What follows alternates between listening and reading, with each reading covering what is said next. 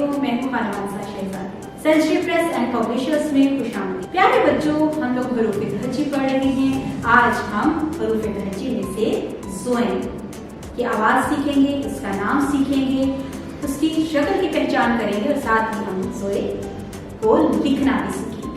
तो हैं आप तैयार? चलिए शुरू करते हैं आज का सबक। और इस सबक को पढ़ने के लिए हम पढ़ेंगे अपनी किताब और इसमें आप मुझे बताएंगे इन तस्वीरों में आपको क्या क्या नजर आ रहा है। ये क्या है जी? ये जोकर है जो हमारे स्कूल में भी आया था। जी ये क्या है? ये बहुत सारे बर्तन हैं। ये बहुत सारे बर्तन हैं। और ये क्या है जी? ये जोकर है। जोकर है, लेकिन जोकर तो ज़ोए से नहीं बनता और ना ही बर्तन ज़ोए से बनता है। तो फिर ये क्या होगा? मैं अभी आपको बताती हूँ, आपने परेशान नहीं होना। अब मुझे ये बताइए ये क्या हो रहा है?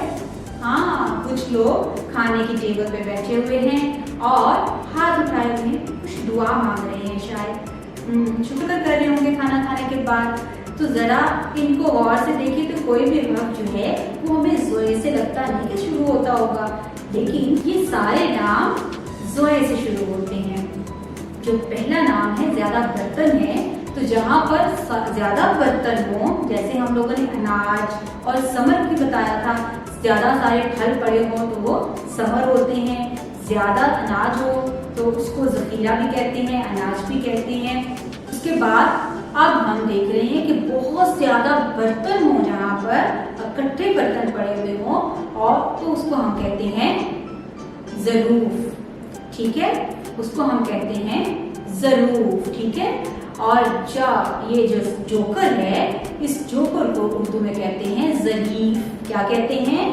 ज़रीफ। Very good. और ये जो है टेबल के सब लोग बैठे हुए हैं, इसे ये कर रहे हैं ज़ोहराना।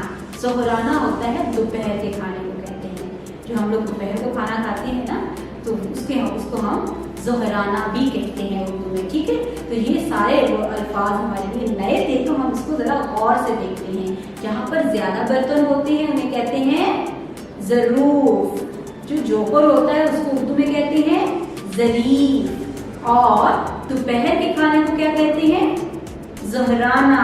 Very good. अब जरा मैं तेजी से बोलती हूँ इनके नाम और आपने इसकी पहली आवाज पे गौर करना है। ज़रूफ, ज़ोहराना, ज़रीफ। Very good. तो अभी हमने ज़ोए की आवाज सीखी है। अब मुझे जरा बताएं कि क्या ये शक्ल आपने पहले देखी है? जी, हमने तोए में सेम बिल्कुल इसी तरह की शक्ल देखी थी, लेकिन इसके ऊपर तो एक नुक्ता है। जब तोए के ऊपर एक नुक्ता लगा दिया जाता है तो उसे कहते हैं ज़ोए। तो अब हम इसको लिखने की प्रैक्टिस करते हैं। तोए लिखेंगे ऊपर से नीचे लाइन लगाते हुए और यहाँ पर एक आंख बनाएंगे। ये बन गई तोए। तोए के ऊपर लगा देंगे एक नुक्ता। ये हमारे पास बन गया ज़ोए। तो ज़ोए की आवाज क्या है? ज़ो, ज़ो।